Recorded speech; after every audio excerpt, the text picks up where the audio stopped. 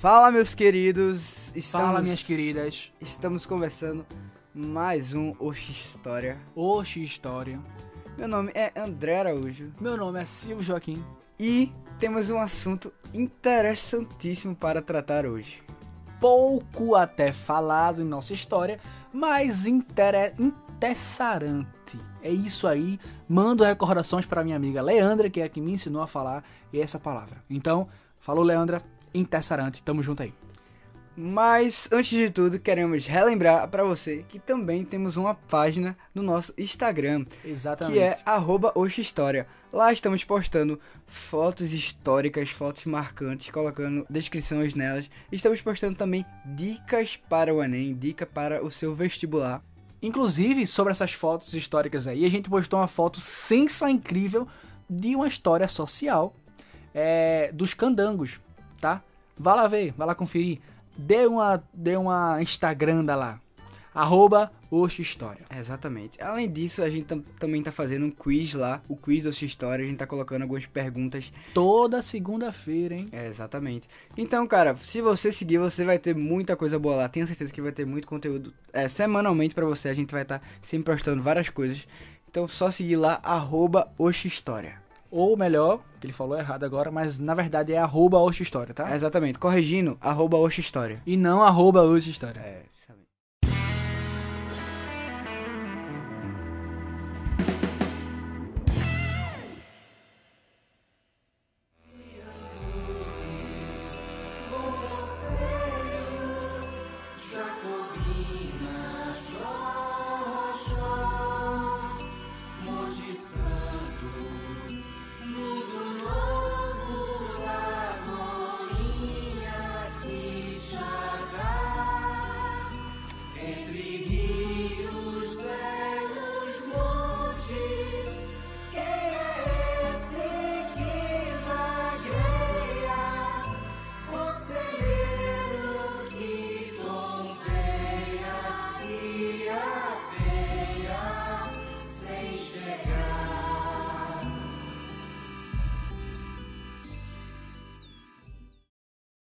Hoje, o tema, como a gente já disse, vai ser interessante. É um tema não tão falado, mas que é muito importante para entender o nosso Brazilian.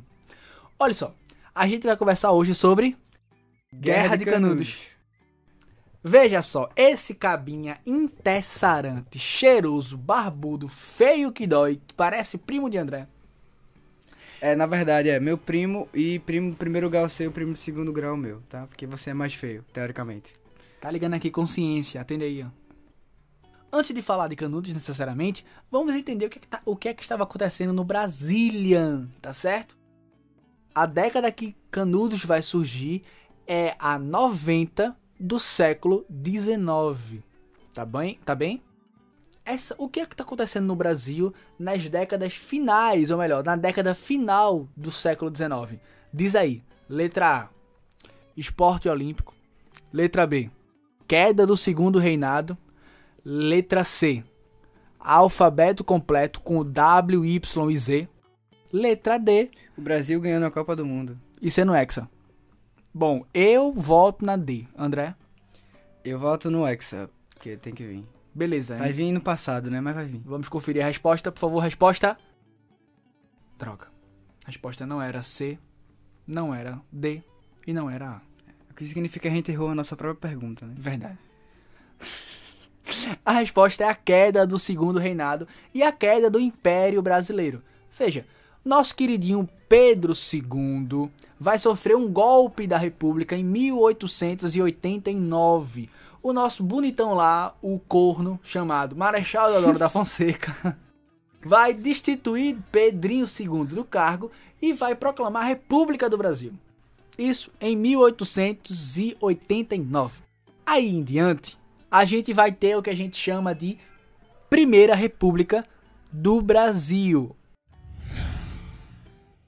O primeiro presidente do Brasil, para que você nunca se esqueça, que já caiu na pergunta de Silvio Santos, foi Marechal Deodoro da Fonseca.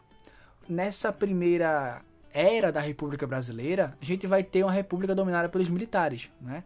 A gente vai ter o Deodoro, depois a gente vai ter o Floriano Peixoto, o assassino Peixoto. Exatamente. a chamada República da Espada, né? Espada justamente para demonstrar essa força armamentista dos militares. E o cargo deles, né? Porque os dois são marechal. Inclusive, a cidade de Florianópolis tem esse nome Por causa do miserável do Floriano Peixoto, que dizimou a galera que tava contra ele lá, meu amigo. Pouca coisa ele fez, pouca gente ele matou. Mas é por aí. Liga aí, velho, você vai na cidade, mata todo mundo e bota seu nome na cidade.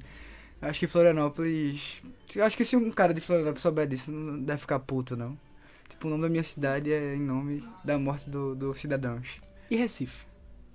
Não sei, né? Ah, Recife é por causa do Arrecife de navios. Que a galera, quando chegou aqui e tal, tinha o navio pra... Os Arrecifes como se fosse pra ancorar o navio. Desconsidera. Tô falando, isso é muito sério mesmo, pessoal. Arrecife, é verdade. Enfim. Canudos. Uma primeira característica de Canudos, para a perspectiva do Enem, para a perspectiva histórica, é que Canudos, ele é a favor de Pedro II. Canudos, ele é monarquista. E Canudos vai dizer que o mal que está corroendo o Brasil e que está dizimando o Brasil é justamente esse mal aí que os franceses trouxeram e que é chamado de República. República, mantegue, passe na prové. Tô passando fome. Mas era isso que a galera de Canudos dizia, meu amigo. Por quê? A República, pra eles, era assim. A gente instituiu a República aqui, mas parece que a República só chega nas grandes cidades, nos grandes estados, e onde o povo realmente tá necessitado e precisa, ela não chega. Tanto é que as pessoas que moravam em Canudos, elas não se sentiam parte da República. Elas se acreditavam estar subjugadas lá, elas não tinham nem condições de terra, muita gente reclamava de terra, muita gente reclamava de uma qualidade mínima de vida, de alimentação. Então, a República para eles era isso tudo junto, era basicamente o Brasil em declínio, o Brasil em decadência. Exatamente. Temos para indicar aqui 2 obras para falar sobre esse evento na história do Brasil. Uma é do Frederico Pernambucano de Melo, que é um escritor, que é um historiador, obviamente de Pernambuco. Ele vai escrever a obra chamada Canudos, e a outra é a famosa, né? Os Sertões. Isso, exatamente. É a famosíssima, aclamada de Euclides da Cunha, que é justamente Os Sertões, pelo amor de Deus. Não tem como estudar o Nordeste brasileiro sem estudar Os Sertões de Euclides da Cunha. E outra obra ainda, inclusive, que... Euclides foi justamente um jornalista que viveu, que foi investigar o que a população estava vivendo naquela época, em Belo Monte, né? Que, no caso, na região em Canudos, para poder escrever sobre. Então, de certa forma, ele escreveu com a vivência daquilo, né? Muita gente, obviamente, critica, né, o lado que ele escreve. Isso também é muito parte da história, né, de onde você está escrevendo, mas não vem ao caso. É um livro muito bom e vale a pena ser recomendado. Exatamente. Quem quer cursar alguma coisa em humanas aí, é uma obra obrigatória na sua biblioteca pessoal. Mas também quem não quer cursar, é muito bom ler e todo mundo indica, até porque é uma leitura muito fácil. Outra coisa interessante que eu quero dizer a você é justamente voltando a esse ponto aqui de Canudos. Deixa eu te contar uma historinha. A década final do século XIX, como eu já disse, vai acarretar uma mudança profunda nessa galerinha aí dentro do sertão.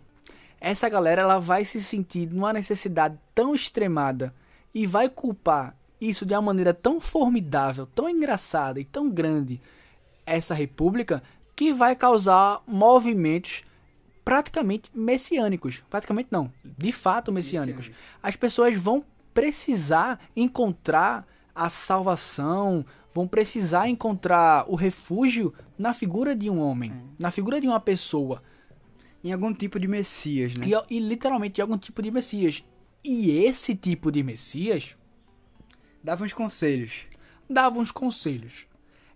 Conselho amoroso. O pessoal diz que ele dava conselho amoroso. Essa aí foi bem ridícula, tá, André? Não, essa aí foi muito da boa. O pessoal vai dizer aí. Foi muito ridículo. Então, se foi boa, aí. Você vai falar no nosso Instagram. Se foi ruim, você manda uma mensagem também, tá? A gente vai saber quem vai ganhar esse duelo. É o seguinte, se foi boa, você nem comenta.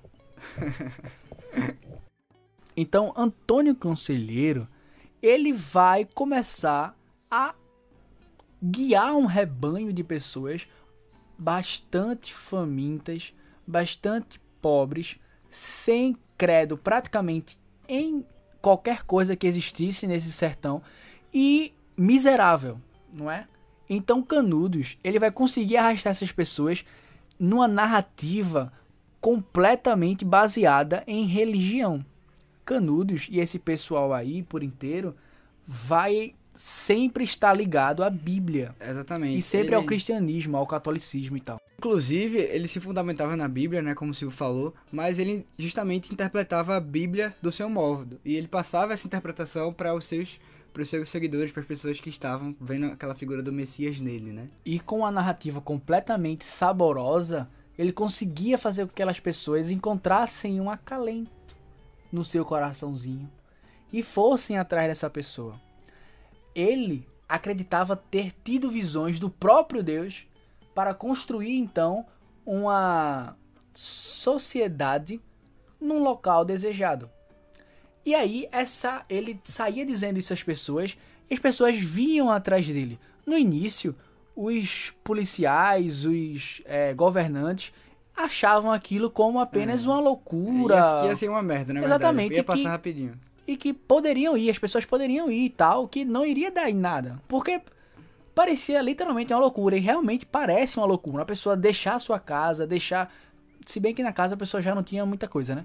Mas deixar a sua casa, deixar qualquer coisa, a família, e ir embora com um cara que nem tinha visto na vida, só assistiu a uma pregação dele. Até porque, assim, a aparência dele já era de um cara doido, entendeu? Um cara doido que saía pregando no meio do sertão pra galera. Uma bata branca, um cabelo giga enorme. Parecia um roqueiro sertanejo. Um roqueiro sertanejo Um roqueiro sertanejo é ótimo. Ei, ficou ruim, né? Seria bom se fosse no Brasil agora. Eu imagino um roqueiro sertanejo. Não fala isso não. Porque já estragaram o sertanejo de fato aqui no Brasil. Não fala isso não. Isso que eu digo, não fala isso não. Aí eu digo. Então, as vestes dele já causavam uma... E aí, cara? Tu é um cara ou tu é uma cara? Não sei o que é que tu é bem. Só que o falar dele, como eu já disse, volto a dizer, é muito bonito. É muito convincente. E as pessoas carentes de educação vão na ideia dele. Ele era aquele cara barbudão, né? Do cabelão. Botava uns camisolão e começava a andar, né? Peregrinando. Parecia querer passar a imagem do Jesus cristão, né? Que a gente conhece. O que as pessoas tinham na cabeça, né? As pessoas tinham na cabeça, exatamente. Mas o que importa é que ele conseguiu. Ele conseguiu atrair muita gente pra Belo Monte. E só pra constar, isso que a gente tá falando, a gente não tá dizendo nem que isso foi o certo ou foi o errado ou algo do tipo. Estamos apenas dizendo o que de fato aconteceu e o que de fato era o que as pessoas retratam até hoje, né? A gente não tá dizendo que essa peregrinação que o Antônio Conselheiro conseguiu realizar, conseguiu mobilizar, ela tenha só a sua negatividade ou tenha só o seu lado positivo. Exatamente. E tendo isso, ele conseguiu realmente reunir muita gente, né, em Belo Monte. Uma galerinha massa. Na região de Canudos. Mais de 10 mil habitantes ele já chegou a ter lá em Canudos. E a maioria dessas pessoas, né, eram pobres, que realmente não tinham as condições e que reclamavam da República dessas condições que ela propiciavam. E Canudos foi crescendo, crescendo, crescendo e começou a preocupar o governo. Exatamente, porque vejam, nessa época os governadores, os fazendeiros, os políticos das regiões, que geralmente eram fazendeiros, estavam começando a se sentir tristes. Porque essa galerinha que tá indo lá pro lado de Canudos é a galerinha do curral eleitoral deles, é a galerinha que tá trabalhando para eles, é a galerinha ali do cala-boca e tamo aí. Então essa galera começa a sentir falta dessas pessoas que estão indo lá para Canudos. Então, aí é uma coisa que meu professor da faculdade, professor Tiago César, professor doutor Tiago César, ele sempre fala o seguinte: mexeu no bolso dos ricões, certeza, não vai ficar impune. E realmente não ficou. Essas pessoas começaram a mobilizar o governo para intervir lá em Canudos. E é quando o governo manda a sua primeira tropa do exército. Exatamente. Então informe, general. Os planos estão prontos? Perfeitamente. A primeira, segunda e terceira brigada formam uma coluna que marchará daqui sobre Canudos pela estrada de Rosário. A 4ª, 5ª e 6ª Brigada formam a 2ª coluna. Sob o comando do general Savagé, partirá de Jeremoabo e nos encontrará às portas de Canudos. No dia 27 de junho. Exatamente. No dia 27, sem falta, derrotaremos o inimigo. E então, com esses milhares de habitantes que começaram a surgir em Canudos, o governo começou a ficar preocupado, porque ele temia que mais e mais pessoas pudessem ser influenciadas por esses líderes religiosos e pudessem literalmente estar contra a república. E para isso, ele organiza as primeiras 3 expedições. 2 estaduais, né, que vão partir do estado da Bahia para com a região de Canudos, elas vão falhar. E a terceira federal. Essas 3 expedições, os guerreiros lá de Canudos, os seguidores de Antônio Conselheiro, chamados até de fanáticos por muitos, eles vão usar a famosa tática da emboscada, que era o seguinte: eles ficavam na mata enquanto a galera estava chegando para atacar eles, e do nada eles apareciam e começavam a atirar e matar. Então essa tática foi muito importante para eles conseguirem acabar com as 3 primeiras expedições. Só que na terceira, quando é a federal e quando é a república, o governo que manda e eles perdem, aí o então presidente Prudente de Moraes fica muito, mas muito puto. Porque imagina, pra imagem da república, você ir lá, vou acabar com essa algazarra agora, vou acabar com Canudos agora. Aí ele vai e perde. Isso pra moral da república ia ser uma merda. A população, inclusive da república, ia começar a desacreditar na própria república. Então, o que o Prudente de Moraes queria fazer era ser prudente, né? Vamos varrer esse lixo do mapa do Brasil. Arrasar aquele antro. Não é só arrasar, Antônio. Nossa missão aqui é muito maior. Esses sertanejos também são cidadãos brasileiros. É um bando de doido. É possível que muitos sejam, mas outros não. E é dever da República resgatar essa gente da miséria. Trazer a luz da civilização para esses confins.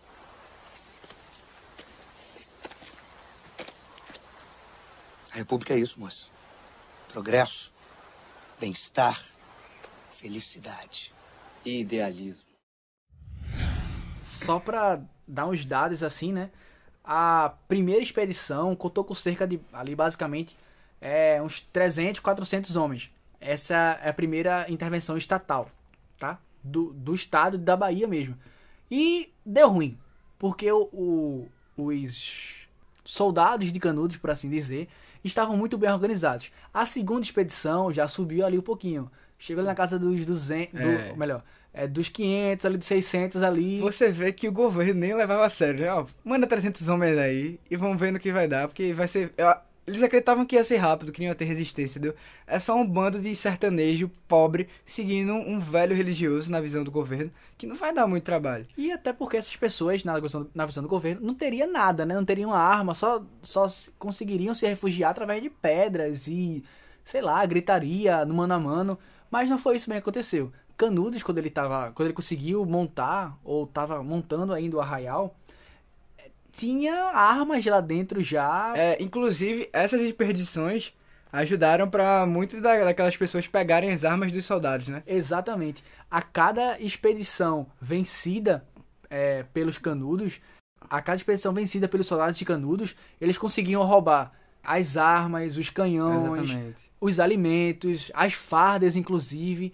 E era uma coisa muito interessante. Na terceira expedição, que já é a expedição federal, não é? A expedição do governo, de fato, de Prudente, chegam aqui na Bahia, nessa terceira expedição, chegam uma média de 3 a 5 mil homens para tentar barrar Antônio Conselheiro.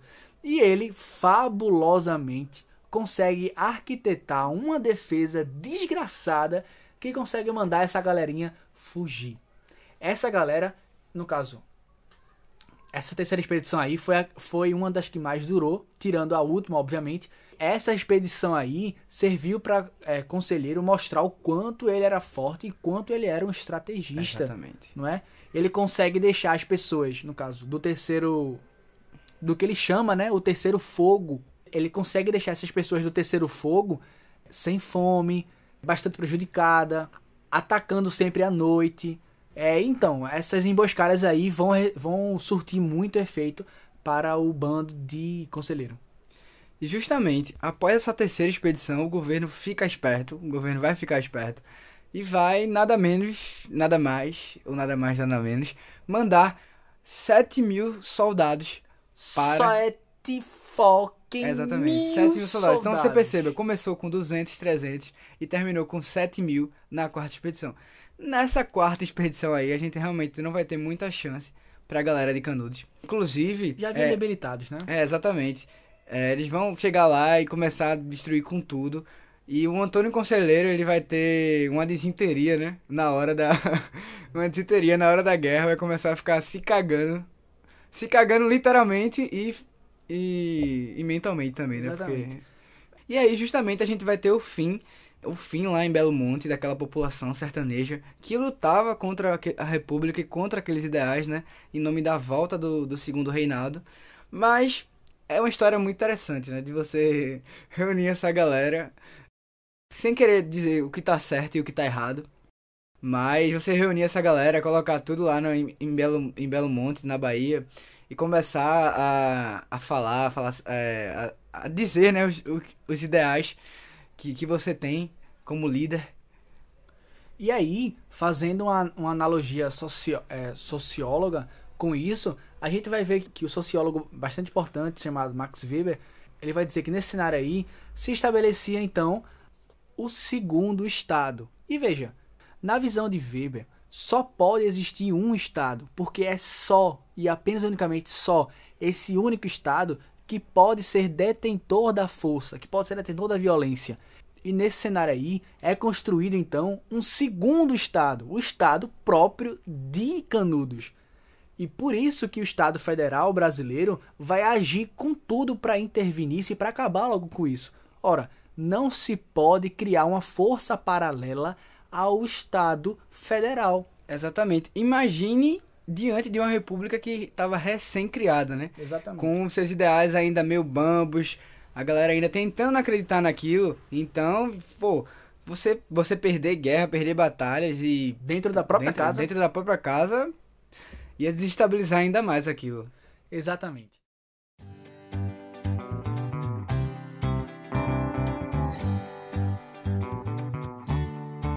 Bom, essa foi a nossa conversa de hoje. Espero que vocês tenham gostado mais uma vez. É um tema muito interessante e que tem uma importância grande para o Enem, né?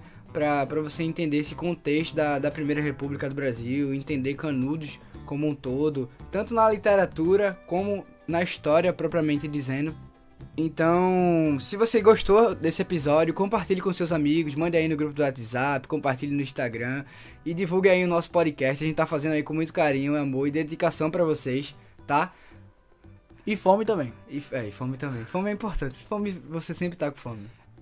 Então, Um beijo, um cheiro, um forte abraço, meus amores e minhas amoras. que a história esteja com vocês.